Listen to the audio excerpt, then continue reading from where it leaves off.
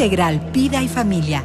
Hola, ¿en qué puedo ayudarle? Somos terapeutas, médicos y familiares. En las últimas semanas me he sentido con mucho cansancio. Salud Integral, Vida y Familia. El consultorio está abierto a partir de ahora. Iniciamos. Salud Integral, Vida y Familia es un programa del Colegio Médico de Querétaro para todos. Hola, ¿qué tal amigos? Muy buena tarde. Gracias RTQ por este espacio que valora su salud. Gracias a ustedes por permitirnos entrar en la intimidad de sus hogares, de su trabajo, de sus vehículos. Iniciamos este programa de Salud Integral, Vida y Familia y Colegio Médico. Y les digo que en el marco de la conmemoración del Día de los Pacientes Trasplantados, que fue el pasado 6 de junio, hoy dedicamos nuestro espacio a celebrar el milagro de la vida y la generosidad humana. Detrás de cada órgano donado hay una historia de desprendimiento, pero también hay una precisión médica asombrosa, capaz de regalar un nuevo amanecer. Para poder entender cómo se vive este puente entre la ciencia y la esperanza, hoy nos acompaña en cabina una excelente doctora que ustedes se sorprenderían de ver tan joven, pero tan segura y de verdad como yo, admirarían el trabajo que hace. Ella es la doctora Lorena Montserrat Lina López, destacada cirujana de trasplantes. Doctora, bienvenida. Gracias por engalanar nuestro programa, por estar aquí el día de hoy acompañándonos en estos micrófonos. Muchísimas gracias a usted, doctora, por la invitación. Yo con gusto aquí presente para informar, para platicar, para pasar un rato a gusto. Muchas gracias, doctora. Pues como siempre, amigos, les comparto un muy breve resumen de su currículum vitae. Ella es egresada de la licenciatura de Medicina General de la Universidad Nacional Autónoma de México. Hizo la especialidad en Cirugía General en el Hospital Dr. Manuel G.A. González. Hizo maestría en Bioética en la Universidad Panamericana con el tema de mercantilismo de trasplantes. Tema muy importante. Con subespecialidad en Cirugía de Trasplantes en el Hospital Centro Médico Nacional 20 de noviembre del ISSSTE y en el Hospital General de México, Dr. Eduardo Lisiaga.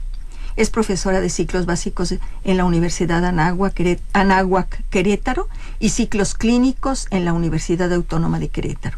Actualmente trabaja como cirujana de trasplantes en el Departamento de Trasplantes del Hospital General de Querétaro y en medio privado. Doctor, aquí le dejamos. Vamos a aprovechar un tema muy amplio que quisiera poder sensibilizar a quienes nos escuchan para que entiendan el trabajo tan importante y el por qué le digo que es motivo de admiración que una mujer a quien hace muchos años, como usted muy bien lo decía, no le estaba permitido tener este tipo de especialidad en cirugía. Y ahora, usted con esta especialidad de verdad. Doctora, ya sabemos que las emergencias no tienen horario. ¿Cómo es la vida de un cirujano de trasplantes cuando el teléfono suena en la madrugada avisando que hay un órgano disponible? Bueno, yo creo que al final te acostumbras a vivir siempre con esa adrenalina por el gusto de hacerlo, por el gusto de estar presente, ¿no? Hoy en día yo creo que algunos de mis amigos me dicen, y no puedes decir que no, y no puedes decir que otro día o posponerlo. Claro que no. ¿No? O sea, finalmente es parte de lo que queremos hacer entender a la población, que cuando hay un potencial donador fallecido, sobre todo, pues es a la hora que salga y de donde salga, ¿no? Y a esa hora hay que trasladarse por el órgano. Entonces, yo creo que pocos chats del WhatsApp los tengo con ruidito especial, ¿no? El de mis familiares más cercanos. Claro. Y el de coordinación de trasplantes, justo para que a la hora que sea durante la madrugada, pues estar ahí al pendiente de la llamada, porque justo nunca va a ser un martes a las 10 de la mañana ya desayunados, bañados, ¿no? Siempre es de madrugada, viernes, fines de semana, festivos, cuando ya tenías compromisos familiares, y lejos de que sea un sacrificio o que vivas con la presión o el temor de que suceda, estás listo para dejar lo que tengas que dejar para irte por el órgano, desplazarte, porque sabes que el beneficio es mayor, ¿no? Eso es tener una identidad de quien elegimos ser, doctora, y el amor de poder ayudar a que alguien trascienda, a que alguien retome su vida. Doctora Lore, ¿cuántos tipos de trasplante hay? Ok, yo creo que lo primero es entender que se puede donar en vida y cuando fallecemos, ¿no? En vida, pues son pocos los órganos que podemos donar porque todos son necesarios para subsistir, pero se puede donar una porción del hígado y un riñón. No así cuando fallecemos, que es parte también de la conciencia que se pretende generar en la población, porque primero dividimos órganos. Podemos donar 2 pulmones, un corazón, un hígado que en ocasiones se puede bipartir, es decir, partir a la mitad y que se vaya para 2 receptores, 2 riñones. En México pocos programas lo hacen, pero también se puede hacer páncreas e intestino o multivisceral. Y por el otro lado están los tejidos, que se puede donar córneas, piel, hueso, músculo esquelético, ¿no? Entonces primero dividimos que el tipo de trasplante puede ser de donador vivo o de fallecido. Bien nombrado cadavérico, pero bueno, a veces la palabra es impactante, así es que ya cuando lo platico así a nivel general prefiero decir de fallecido. De fallecido, sí, doctora, claro que sí. ¿Qué pasa con este reloj biológico del órgano que van a trasplantar, que alguien donó? ¿De cuántas horas disponen desde que se extrae hasta que se implanta con éxito? Cada órgano es diferente. En efecto, creo que el término que va contra reloj es correcto. Nosotros le llamamos isquemia, que es a partir de cuando deja de tener ya una fuente sanguínea, ¿no? Y empieza el deterioro de estos órganos. Entonces, el que menos dura es el corazoncito. Normalmente cuando hay un equipo de trasplante que va por corazón, debe de tener siempre transporte aéreo hacia donde vaya, avión o helicóptero. E idealmente que el equipo que se queda en el otro hospital ya tenga el receptor preparado para que la otra parte llegue con el corazón y prácticamente a ponerlo, ¿no? En promedio son de 30 a 60 minutos. Qué verdad. Ahora, por ejemplo, el riñón es lo opuesto, es el que más aguanta, ¿no? Que puede durar en hielo y bien preservado, con bolsas estériles, que tenga el líquido que nosotros utilizamos para lavarlo o preservarlo, bien dicho, hasta 24 horas, pero preferentemente no más de 12 horas. Y el hígado, pues es un intermedio entre esos dos, ¿no? El hígado podría durar hasta 12 horas, preferentemente no más de 6 horas. Ahora, no imaginen que los tenemos en el refri acomodaditos. No, claro. ¿No? Sino que hay que ir por él. Lavarlo con muchas soluciones frías a una temperatura ideal. De inmediato se dice embalarlo, pero bueno, para que me entiendan, es como embolsarlo en bolsas estériles, valga la redundancia, y de ahí poderlo transportar en una hielera. Hay unas máquinas que son de perfusión. Esas máquinas permiten conectar al órgano como en un mecanismo automático y que se estén lavando mientras nos trasladamos al sitio donde hay que colocarlo. Pero bueno, en México pues no es una práctica habitual, tal vez para algunos hospitales que tienen amplia carga de trabajo o que tienen la posibilidad de hacerlo por métodos de investigación, etcétera. No para todos es algo habitual tener una máquina de preservación de órganos, así es que más bien estamos habituados a que los horarios sean... Al estrés, al acelero y a lograr que este órgano llegue en las mejores condiciones y lo más pronto posible, ¿verdad? Así es. Desde la perspectiva puramente quirúrgica, ¿cuál es el órgano más difícil de trasplantar y por qué retos técnicos se enfrentan ustedes? Sí, yo diría que el páncreas, o sea, desde el punto de vista de la cirugía de órganos abdominales, ¿no? Seguramente, tal vez por ciencia ficción, por series, muchos piensan que el corazón, y no estoy subestimando la capacidad de aquellos que hacen trasplante de corazón, pero son vasos más grandes, quiero decir. Claro. Hay que hacer uniones más grandes y el paciente está mucho más controlado porque está recibiendo con otro apoyo de otra máquina extracorpórea fuera del cuerpo, circulación sanguínea, nunca se interrumpe, ¿no? Pero no pasa así con los otros órganos. No, o sea, justo a los otros órganos les tienes que interrumpir el flujo sanguíneo, la circulación, pues para que no sangre el paciente que lo está recibiendo y para que tengas de 20 a 40 minutos para colocar el órgano, ¿no? Yo decía que el páncreas, porque incluso a mis alumnos justo les digo que el páncreas no es como lo pintan en los libros de una hojita, amarillito, sólido. El páncreas es más bien consistencia como flan, un flan aguadito, muy frágil, ¿no? ¿Y sus vasos? Sus vasos incluso requieren que tomes mucha porción de arterias o de venas y que a veces tengas que sacrificar otros órganos para solo llevarte aquellos vasos que le corresponden al páncreas. Necesitas mucho más espacio. Y es un órgano muy frágil, muy lábil, que incluso le puede tener otras complicaciones para quien lo recibe, ¿no? Decía yo que en México se han realizado poquitos casos, digo, no así España, que España es el pionero en donación, que tienen muchos estudios de investigación sobre trasplante de páncreas, pero incluso los resultados son medianamente exitosos a comparación de un riñón o un hígado, que son mucho más frecuentes. Perfecto, doctora. En el quirófano se cruzan dos realidades: el luto de una familia que pierde a un ser querido y la esperanza de otra familia que recibe con mucha esperanza, con mucho gusto, la oportunidad. ¿Cómo maneja el equipo médico esa carga emocional tan extrema, no? Sí, tal vez ya te detienes a pensar poco en ello, a lo mejor para no sensibilizarte tanto. Y no quiero decir que con esto apoyo el estigma que se nos da a los doctores, que ya somos fríos. No es cierto. No, para nada.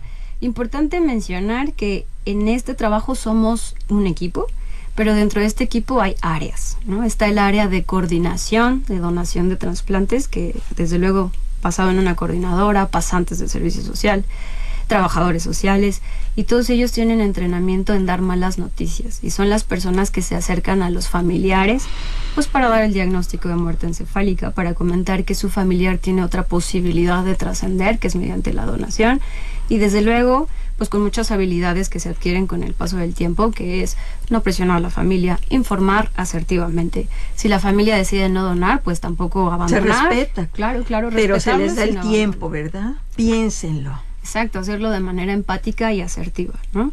Por otro lado, los que nos dedicamos a la extracción, procuración de órganos, como nosotros lo llamamos, no tenemos contacto directo con la familia, justo para que no haya un conflicto de intereses, ¿no? Como para no involucrarnos desde esa parte. Del donador yo adquiero datos médicos que son relevantes para la cirugía y para el receptor: peso, talla, tipo de sangre, desde luego, si ha estado orinando, si los órganos son viables, laboratorios. Más no tengo más datos respecto a la causa de la muerte o si es un tema sensible respecto a la familia, justo para que cada quien se mantenga de su lado de la trinchera, ¿no? Algo muy importante que me gustaría que la gente supiera es que cuando hacemos la cirugía de procuración de órganos se lee una carta a la vida en respeto al donador, en honor a ese donador, y se guarda un minuto de silencio. Para mí ese minuto de silencio, otra vez, no es pensar en este donador como un cuerpo, ¿no? Sino es justo yo repasar y decir, aquí tienes que hacer esto y viene esto y no te equivoques en esto, porque lo que viene después es llevarte estos órganos para el beneficio de los receptores. En ellos es en quien me concentro, porque al final a estos receptores en lista de espera, a los que voy a trasplantar, pues son a los que conozco de las consultas que van todo el tiempo con sus familiares, que conozco sus historias, que también son bastante difíciles. Entonces creo que a mí en lo particular me sirve enfocarme en el beneficio que este donador y su familia van a ejercer sobre las otras familias y los otros seres vivos y los otros receptores, ¿no? Claro, pero esta lectura de esa carta es el respeto y el agradecimiento a quien tuvo, ya sea como su voluntad respetada o el desprendimiento del propio dolor del familiar al otorgar este órgano. Entonces sí se da este espacio, pero se abre una ventana mucho mayor para procurar que este órgano donado cumpla con la expectativa de tanta espera, doctora, que más adelante platicaremos al respecto. Sí.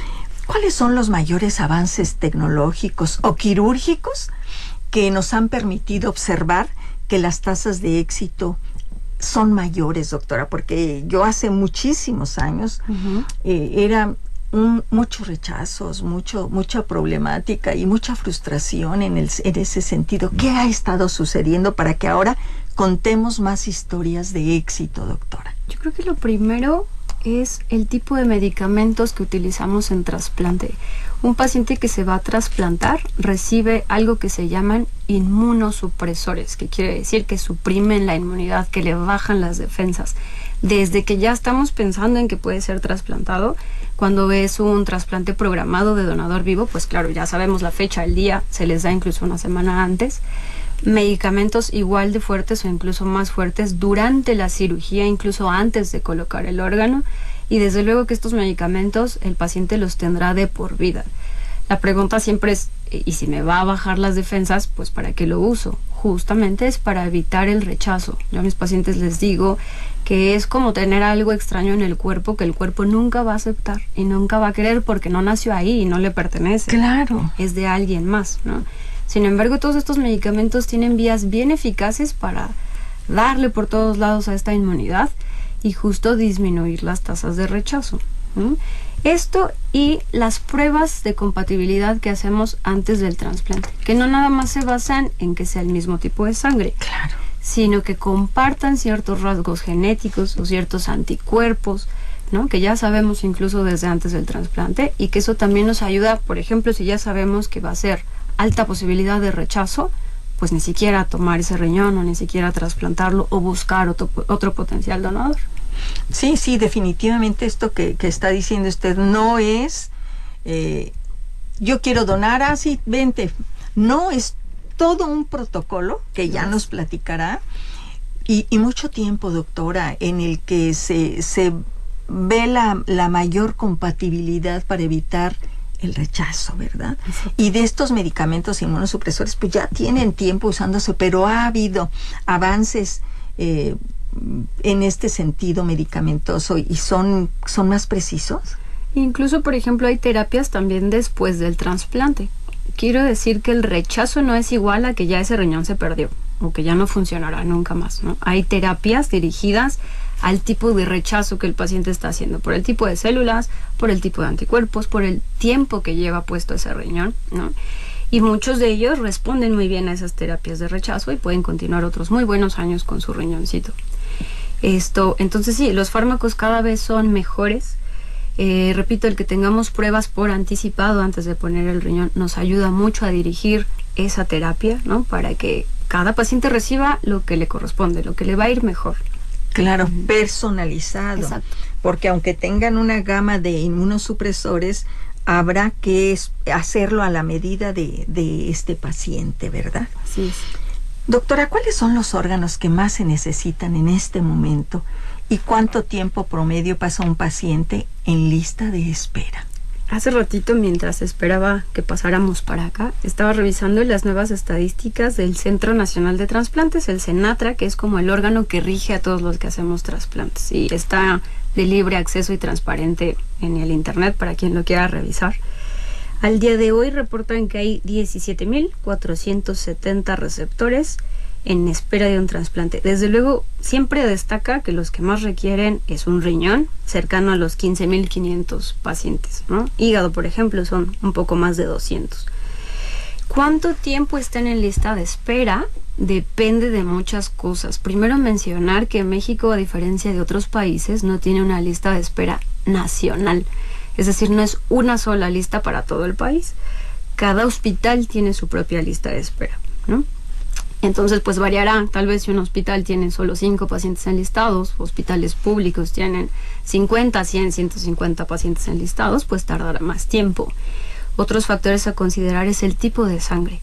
Los mexicanos en su mayoría somos O positivo, por lo tanto la mayor cantidad de donadores es O positivo y también la cantidad mayor en lista de espera es O positivo. Así es que estas listas pueden moverse mucho más rápido que otros tipos de sangre menos frecuentes como un AB o un B. Entonces, en promedio siempre manejamos que el tiempo de espera pueda ser de 3 a 5 años para alguien que está esperando recibir un riñón de un donador fallecido, pero tipos de sangre menos comunes en México pudieran estar hasta 7 o 10 años en lista de espera. Cierto y tristemente también es una realidad que muchos de ellos fallecen mientras están en estas listas de espera sin que propiamente les llegue el órgano. Qué lamentable, ¿verdad? Sin embargo, platicábamos hace unas semanas con un nefrólogo y nos decía que la hemodiálisis, la diálisis peritoneal permite, porque la mayor cantidad escuché que son riñones, permite a la gente tener una buena calidad de vida y tener esta espera en buenas condiciones, se puede decir, que le permitan no desesperarse, cuidarse y poder transitarse. Me hace muchísimo tiempo, 3 años, doctora. Es mucho, y también algo que con frecuencia veo ya en la consulta es que la población de estos pacientes cada vez es más joven. Yo diría que del 80 al 85% de estos pacientes rondan entre los 20 a los 40 años. A lo mejor imaginamos que este paciente en espera de un riñón es un paciente con diabetes, presión alta, más de 65 años, ¿no? Y yo creo que ya esos son los menos. Y esta población joven, pues también es una oportunidad para mencionar que se puede diagnosticar desde que son pequeños o adolescentes, o en una consulta anual con su pediatra, con su médico general, conforme son adolescentes y pasan a ser adultos, ¿no? Sí, definitivamente. Lamentablemente las enfermedades crónico-degenerativas se están presentando en gente más joven cada vez, y por lo tanto pues el deterioro de estos órganos es en gente más joven, doctora. Sí. ¿Cuál es la edad en la que ha hecho un trasplante de menor edad en un paciente? Mire, afortunadamente también tengo la oportunidad de trabajar con un grupo de trasplantólogos pediatras. Así es que, digo, yo como tal soy cirujana de trasplantes de adultos, pero bueno, tengo la fortuna de poder acompañar en estas cirugías. Yo creo que el más pequeñito que tuvimos, 4 años. Oh, Dios. 4 años. ¿Alguna malformación congénita? Todas, ¿no? O sea, la causa principal en niños, en adolescentes, es por malformaciones de la vía urinaria, desde los riñones, la vejiga, inclusive por... Agenesia, falta de un riñón. Falta de un riñón. Justo en el meato, que es el orificio por donde orinamos, tanto niñas como niños, pues que tenga alguna malformación y que desde ahí requiera muchas cirugías durante su infancia, y eso haga que puedan tener infecciones de vías urinarias de repetición, etcétera, que los riñones crezcan chiquititos. Entonces ya para cuando llegan conmigo de adultos o con los nefrólogos, no tenemos propiamente una causa, sino que fueron muchos años de que estos riñoncitos fueron deteriorando. Que hay esa hipoplasia congénita que les da para funcionar muchos años, y que cuando ustedes llegan a evaluarlos dicen, esto es por el deterioro o ya venía y ya no se puede establecer exactamente, ¿verdad, doctora? Este término que usted dice es muy importante, porque todo paciente con enfermedad renal, cuando le pregunto, ¿sabes cuál es la causa de tu enfermedad renal?, dice hipoplasia, que esto quiere decir riñones chiquitos, riñones pequeñitos, o me dicen, el doctor me dijo que mis riñones no se desarrollaron. Ok, hoy en tu adultez esa es la razón. La pregunta es, ¿por qué no se desarrollaron? Claro. ¿No? ¿Cuál fue la causa tal vez desde el embarazo? Mamás que pudieron haber tenido preeclampsia, hipertensión o diabetes durante el embarazo. Interrogar todavía mucho más allá si estos pequeños estuvieron enfermos de vías aéreas, de vías urinarias, muchas veces hospitalizados en su infancia, antibióticos prolongados, ¿no? O sea, sí hay mucho que indagar atrás de solo llegar con el diagnóstico de enfermedad. Y que en muchas ocasiones no se llega precisamente al origen, ¿verdad, doctora? Exacto. Se puede llegar con apoyo de una biopsia, que esto quiere decir meter una aguja en el riñón y mandarlo a estudiar para ver las células, pero yo creo que son los menos, porque inclusive ya si el riñón es tan chiquito que no haya espacio ideal sin generar daño o sangrado para meter esta aguja, es preferible no hacerlo para evitar más riesgos. Entiendo que usted no es nefróloga pediatra ni cirujana pediatra de trasplantes. Sin embargo, ¿qué les pudiese recomendar a los padres de familia para que prevean esto? Entiendo que es poca la incidencia, afortunadamente, que la mayor parte es en personas ya mayores por enfermedades crónico-degenerativas, eso, pero aún así nadie quisiéramos que llegara a esto, doctora. ¿Qué pueden hacer para detectar oportunamente? Una visita anual con su pediatra, que se llamaba más consulta de revisión, donde el pediatra puede distinguir si hay retraso en el crecimiento, decir que los niños se quedan bajitos de talla, o que tienen anemias, o que tienen alguna alteración en laboratorios, un examen general de orina para distinguirlo, ¿no? Y a veces no vamos al doctor, bueno, no a veces, el paciente no va al doctor hasta que se siente mal, ¿no? O hasta que ven algo raro en su niño que ya lleva semanas y tal vez ya en ese momento sea incorregible. Entonces, mi mejor consejo para la enfermedad renal a cualquier etapa, desde la infancia hasta adultos, es que no dejen que llegue, ¿no? Sino que la prevengan. Si es inevitable porque ya hay alguna malformación o algo genético, seguramente lo serán en un futuro, pero retrasarlo lo más que se pueda. ¿Cómo? Pues yendo a su pediatra de cabecera una vez al año, y en el momento en el que ellos distingan que hay algo alterado, claro que con toda la conciencia del mundo, los derivarán con el experto, que es el especialista en riñones, el nefrólogo. Qué interesante, doctora, y creo que hay que tomar conciencia de esto. Los padres de familia llevan a sus niños el primer año generalmente, y ya después como que se van espaciando, ya no hay tanto ese seguimiento, pero siempre es importante mirar qué antecedentes hereditarios hay y tenerlos siempre a la vista. Doctora, pues vamos a un corte y regresamos a Salud Integral, Vida y Familia para continuar con esta interesante plática. Claro que sí, con gusto. Vamos a un corte de estación y seguimos con más de su programa Salud Integral, Vida y Familia a través de RTQ Radio. Ya estamos de regreso con más de su programa Salud Integral, Vida y Familia. Gracias por seguir en la sintonía del 100.3 de FM. Bien, amigos, regresamos. Estamos con la doctora Lorena Montserrat Lina López platicando sobre trasplantes en el marco de la celebración del paciente trasplantado. Doctora Lorena, muchos ciudadanos expresan en su identificación oficial, como la credencial de elector en su licencia, que desean ser donadores. Pero hemos visto que la última palabra la tiene la familia. ¿Cómo aborda este tema legal y familiar el hospital en el que usted está, o en general que usted sepa en los hospitales? Ok, importante saber que aunque venga en la licencia como que soy donador de órganos, hay unas tarjetas también que proporciona el Registro Nacional de Trasplantes donde requieren 2 firmas de testigos, en donde también expresas voluntariamente que quieres donar órganos cuando falleces. El mismo Senatra generó hace poco un formato de no revocación, quiere decir que nadie puede disponer de lo contrario si yo digo que quiero donar. Sin embargo, la característica de todos estos documentos es que no tienen identidad legal, quiere decir que no a fuerza se tiene que respetar esa decisión. Mi mejor consejo es que lo platiquen en familia. Son temas sensibles, ¿no? Difícil que hoy sábado en la tarde nos juntemos a la carnita asada a ver el fútbol y platiquemos de esto. O que abiertamente alguien nos diga, oigan, por cierto, cuando yo muera quiero que donen mis órganos. Son temas que la familia prefiere evitar, ¿no? Siempre es que si no queremos hablar de la muerte, menos de que yo disponga de mis órganos. Es mucho tabú, ¿verdad, doctora? Mucho miedo. Pero es el único medio expreso en donde mi mamá, mi papá, mi pareja o quien sea mi representante legal, los hijos, los hermanos, quien tenga más cercano a mí, sepan que mi voluntad en vida era donar esos órganos. Muchas familias desconocen si propiamente esa persona quería donar y eso es lo que más los detiene, ¿no? Pensar desde el punto de vista religioso, tal vez que no se van completos o que no llegan completos a su destino. O qué pasa si yo decido por él y luego me lo encuentro en el más allá y me reclama, ¿no? Entonces... sí, nos da como risa y sabemos que la mayoría de las religiones acepta.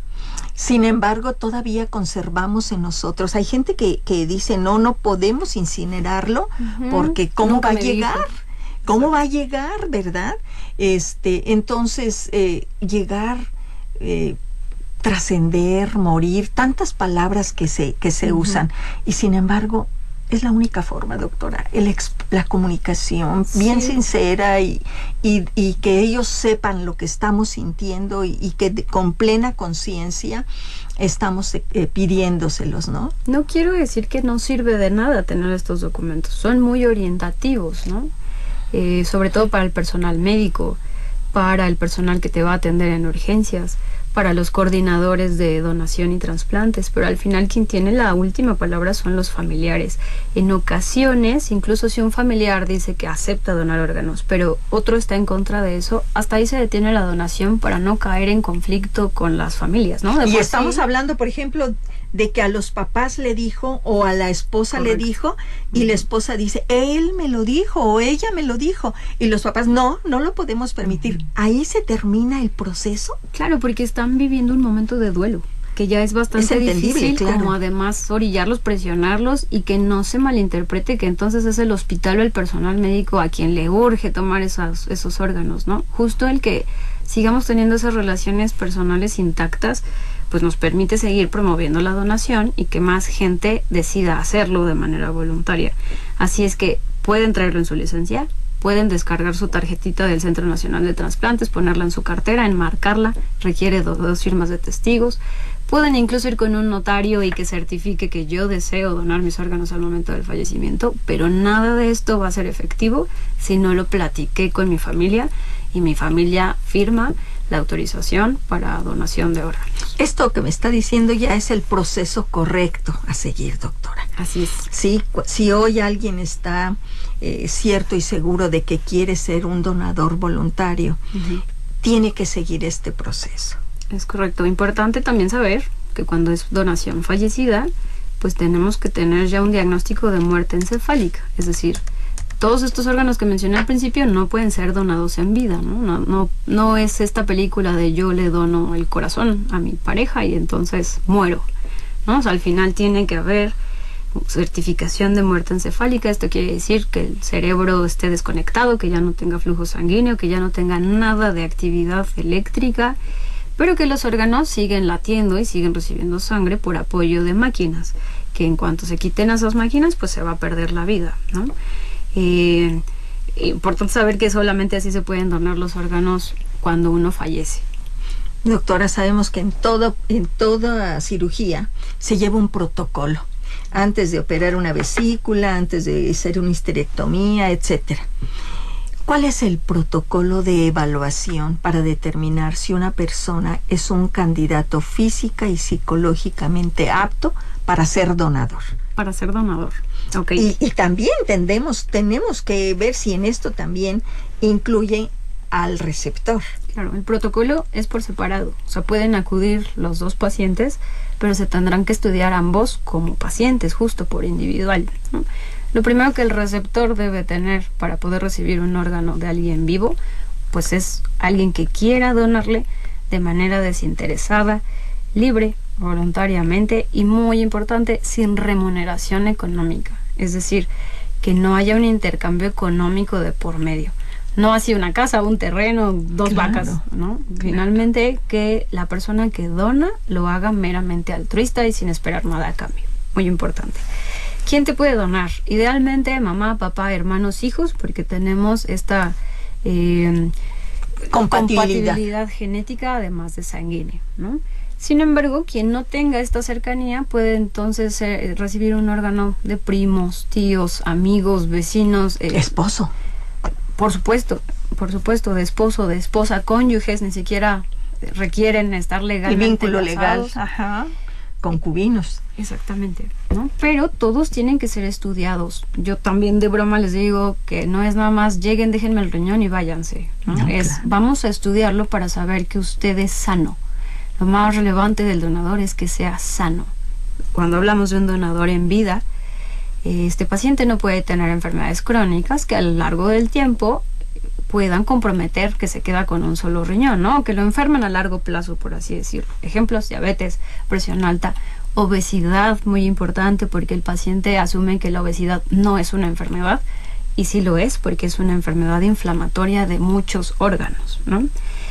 Hacerles perfiles de virus para saber que no tienen virus que puedan poner en riesgo al receptor, o que si los tienen, sean virus nobles o que se pueden tratar con ciertos medicamentos después del trasplante. Desde luego ver que orina bien, que tiene 2 riñones, calidad de arterias y venas de esos riñones o del hígado en todo caso. Para las mujeres es muy importante saber si pueden donar, si en un futuro desean embarazarse. A sencillo modo les diré que sí pueden donar y después embarazarse, pero también por eso hay que estudiarlas, sobre todo que no tengan presión alta, y si en un futuro desean embarazarse, que sea de la mano de su ginecólogo, de su nefrólogo, para hacerlo con mucha responsabilidad y mucha conciencia, ¿no? Este protocolo incluye, como bien lo mencionó, valoraciones por especialistas, desde luego el urólogo, el cirujano de trasplantes, que seremos quienes retiren el órgano, pero muy importante, igual de importante, psiquiatría y psicología. El área emocional de este paciente, que sepa lo que se le va a realizar, que ya tenga previo conocimiento de en qué consiste la cirugía, qué riesgos y complicaciones pudiera tener, y sobre todo saber que su vida después de donar pretende ser igual o mejor de buena que cuando tenía 2 riñones, ¿no? Y es muy importante que el paciente lo entienda y lo exprese, y eso lo generan los psiquiatras y los psicólogos para saber que hay una buena comunicación. Doctora, para nuestro público, sabemos que ya un donador está perfectamente estudiado y tiene sus 2 riñones. ¿Ustedes cuál riñón eligen para ser trasplantado? ¿El mejor? Sí. ¿O le dejamos el mejor al donador? El mejor riñón se lo tiene que quedar el donador. Excelente. De por sí ya le vamos a quitar uno, entonces asegurarnos que el que se queda él le servirá para el resto de la vida. Ahora, no hacemos estos estudios especiales en donde vemos qué porcentaje orina cada riñón, más que algunos pacientes muy particulares, por ejemplo, si ya son añosos, quiero decir, a lo mejor mamá o papá que duplican edad, o si ya desde los estudios de sangre o de orina vimos algo que nos llama la atención, porque son estudios caros, estudios también difíciles de conseguir y que tal vez si se los pidiéramos a toda la población en general, haríamos que se demorara más ese protocolo. De manera rutinaria decidimos que sea el riñón izquierdo, siempre y cuando ya nos aseguramos que sea el menos efectivo para el donador. ¿Por qué el izquierdo, doctora? ¿Por los vasos o qué pasa? Todos nacemos con nuestra aorta, que es esta arteria grandotota que va en medio de las vísceras, y una vena muy importante porque lleva mucho flujo de sangre que se llama vena cava, y estos 2 vasotes están más hacia la derecha. Así nacimos, todos están más hacia la derecha. O sea que nos provee más hacia los órganos de la derecha. Más bien, las arterias y las venas del lado derecho son cortitas y las arterias y las venas del riñón izquierdo son más largas. ¿Susceptibles de tener acodamientos o qué, doctora? No, al donador le digo que a él no le va a afectar en nada que le quite la arteria o la vena más larga, pero el que yo tenga mucho campo de trabajo me sirve para que en el receptor estas arterias o venas se puedan acomodar, cortar, pegar de acuerdo a la profundidad de las arterias y venas del receptor, ¿no? Además que el riñón izquierdo tiene menos órganos encima, digamos que solo tenemos que mover una parte del intestino grueso, del colon, para llegar a ese riñón, mientras que el riñón derecho tiene muchas otras vísceras, el hígado, la vesícula, una porción de intestino, también el colon, el páncreas, ¿no? Entonces se quita cuando resulta ser que ese es el menos útil para el donador, pero la cantidad de riñones derechos que se toman en comparación al izquierdo son menores. Qué interesante, doctora, qué interesante. Doctora, ¿y sigue siendo esa incisión tan que va desde aquí hasta acá? No. ¿Ya no? No. Y para nuestro público, sí, casi medio cuerpo, era esa incisión para la extracción del riñón. Exacto. Pues diría yo que ya hace varios años que, al menos, pues generaciones recientes que nos entrenamos en trasplantes, incluso no aprendimos a hacer esa técnica, ¿no? Digo, la doctora se puso de pie, me señaló el área, pero para que sepan los que están escuchando, antes se hacía una cirugía a lo largo de toda la costilla. Sí, ¿no? y se quitaba la última costilla, se tenía que fracturar la flotante. costilla para que pudiera salir ese riñón.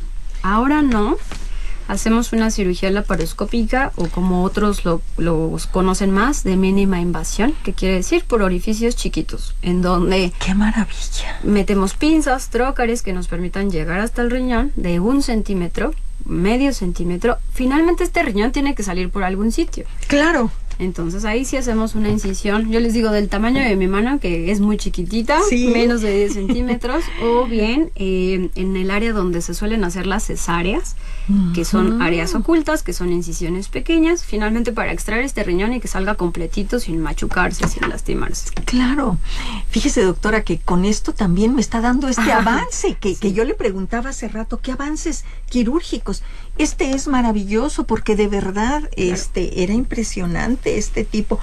Y bueno, la cirugía de mínima invasión también se está aplicando a trasplantes, y yo pienso que también con una mejor recuperación para el donador. Sí, menos dolor en las heridas, menos riesgo de sangrado, menos tiempo posoperatorio, menos días en el hospital. Desde luego que dependerá mucho de la familiaridad del cirujano. Si el cirujano se sigue sintiendo cómodo con quitar este riñón por vía abierta y es en el que es experto, mejor. Claro. Que lo haga así. Claro. No, tal vez no sea momento de innovar si es un procedimiento tan difícil. No. Por otro lado, por ejemplo, quienes lo hacemos de vía laparoscópica, algunos preferimos hacerlo híbrido. Usamos la mano izquierda para movilizar todas las estructuras y con la derecha laparoscópica. o hay quien prefiere usarlo completamente a laparoscópica, ¿no? Al final siempre es la que a ti te haga sentir más seguro, pero porque también tienes mejores resultados con tus donadores. Tu experiencia y la preparación y todo, y ahora ya muchos médicos se están preparando, aparte de esta laparoscopía, en robótica, doctora. Claro, no tanto así para la donación, pero para el trasplante ha sido muy efectivo para que justo la unión de estas arterias y venas, que nosotros operamos con lupas, claro, que son hilos delgaditos como del grosor de un cabello, hombre, pues se puedan hacer también con robot, que eso permite que tengas mucha mejor visibilidad o que lo tengas cerquita, como unos gogles de estos de visores de realidad 3D, ¿no? Virtual, sí. ¿Y el riñón se sigue colocando en el abdomen, doctora? No, importante, el riñón se coloca en una casita diferente, en un espacio diferente. Así era antes también, doctora. Sí. Otro mundo estoy escuchando. No va dentro de las vísceras, no está en contacto con los intestinos. También importante que sepan que los riñones con los que nacieron, aunque ya estén chiquitos, se dejan o no sirvan, ahí se dejan. Esos no hay que quitarlos. Si no le hacen daño, ahí se quedan. Si no sangran, no se infectan, no duelen, ahí permanecerán y serán disfuncionales. El nuevo riñón se coloca pegado a la arteria y a la vena. Acá vamos al revés. Antes decíamos que para quitarlo quitábamos el izquierdo. Acá se colocará de preferencia hacia la arteria y vena que van a la pierna derecha. A menos que en los estudios algo nos diga que esas arterias y venas no son buenas, porque ya están duras, porque ya están llenas de calcio. Yo les digo a los pacientes de sarro, porque entiendan que la tubería, claro, también se puede tapar. Claro. Esto y el uretero, que es el popotito por donde viaja orina del riñón a la vejiga, se conecta el uretero del donador a la vejiga del receptor, de quien recibe el riñón.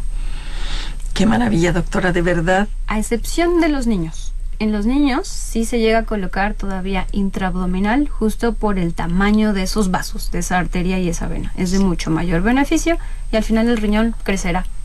Claro, y tendrá el espacio suficiente. Correcto. Y todas sus conexiones, por así decirlo, correcto, van a ir conforme él vaya creciendo.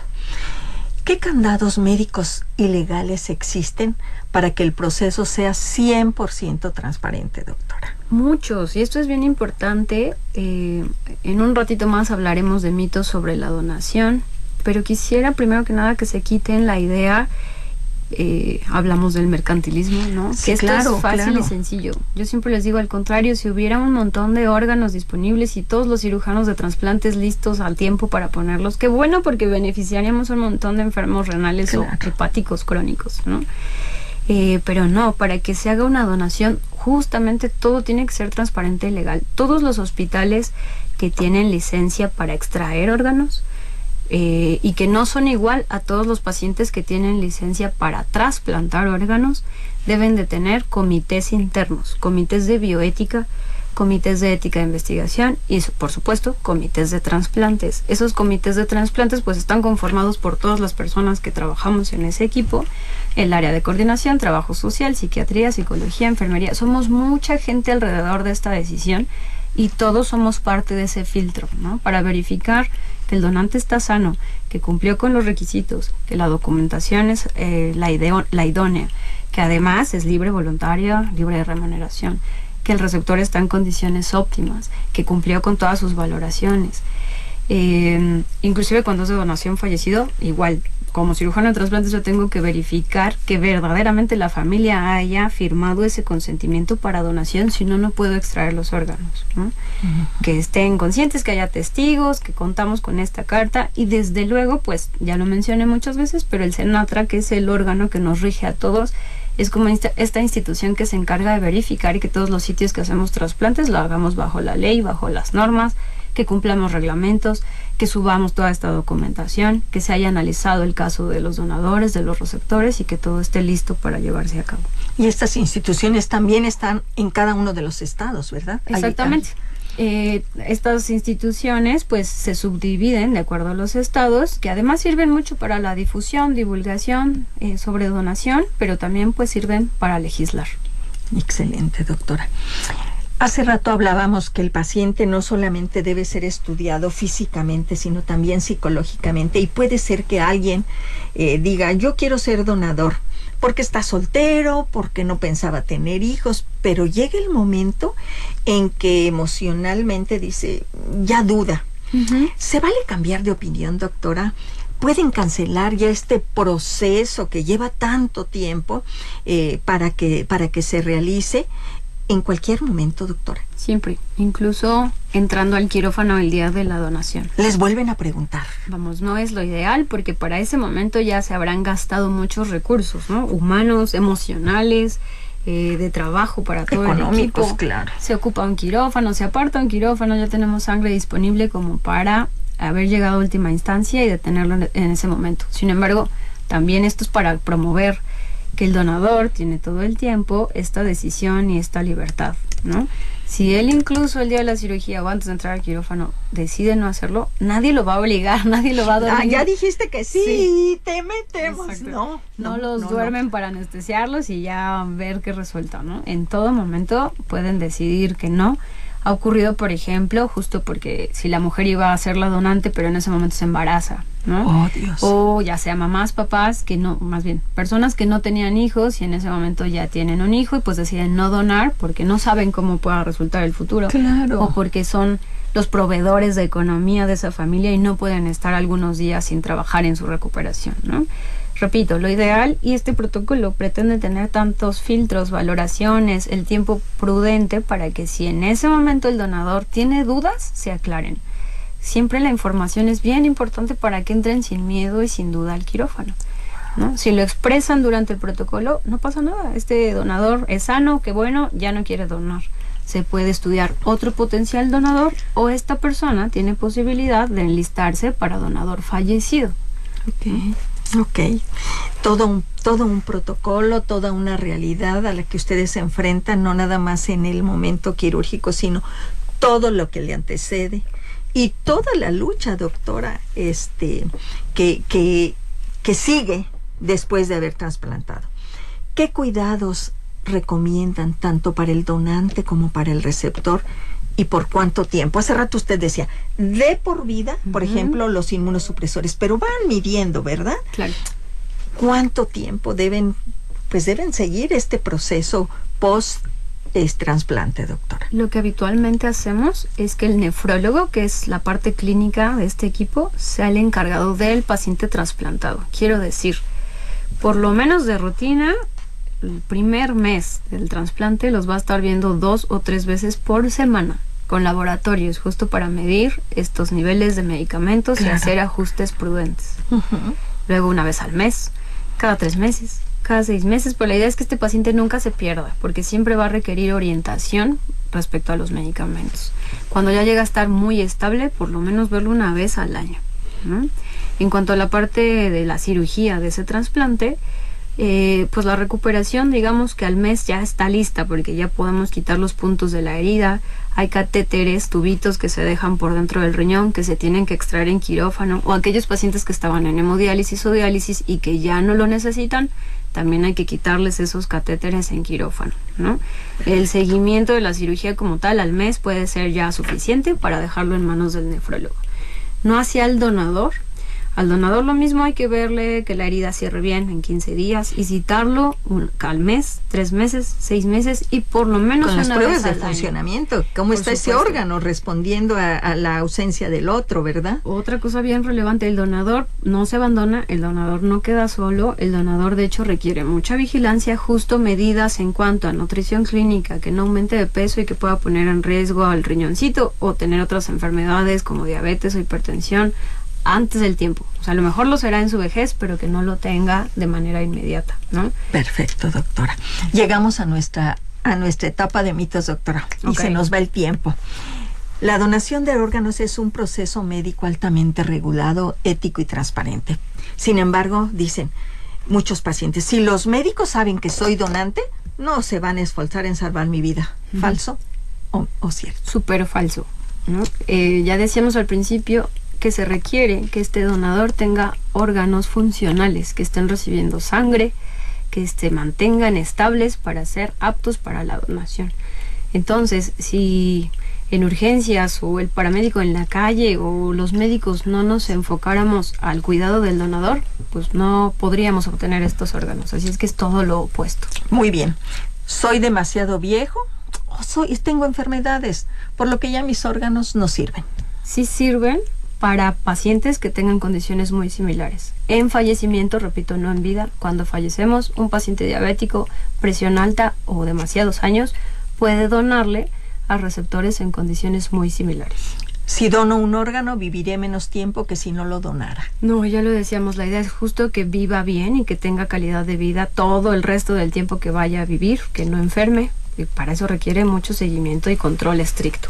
Doctora, tenemos más mitos, pero el tiempo también se nos termina. Doctora Lorena Montserrat Lina López, ¿nos puede compartir cómo pueden contactarla a nuestro auditorio?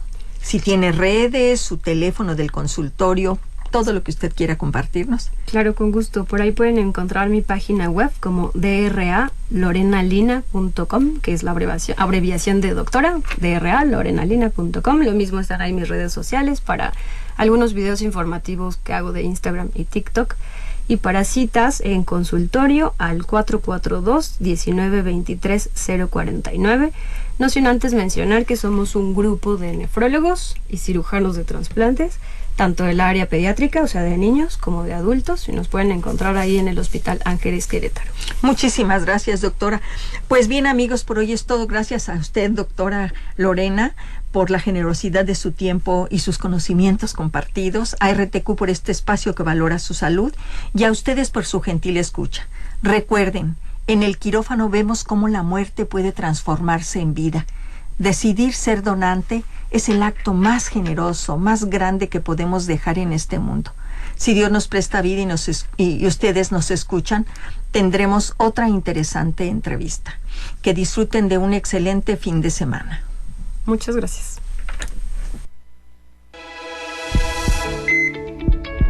Salud Integral, Vida y Familia. Cierra su consultorio por hoy. Los esperamos la próxima semana. Conectando con tu bienestar. Salud Integral, Vida y Familia es un programa del Colegio Médico de Querétaro para todos.